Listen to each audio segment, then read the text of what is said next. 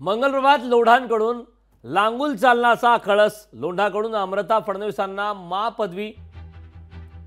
लोढांच्या वक्तव्यावरून विरोधकांची टीका, चौपाटी स्वच्छतेच्या कार्यक्रमात लोढांनी हे वक्तव्य केलं।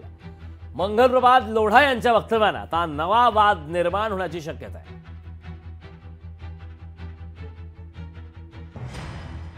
तर चौपाटी स्वच्छतेच्या कार्यक्रमात दरम्यान मंगलप्रभात लोढा यांनी हे वक्तव्य केलं। लोढांच्या या वक्तव्यावरून विरोधकांनी ही टीका केली आहे। चौपाटी स्वच्छतेच्या एका कार्यक्रमात मंगलप्रभात लोढा यांनी हे वक्तव्य केलं आहे। मात्र मंगलप्रभात लोढा यांच्या या वक्तव्याने आता नवा वाद निर्माण होण्याची शक्यता आहे।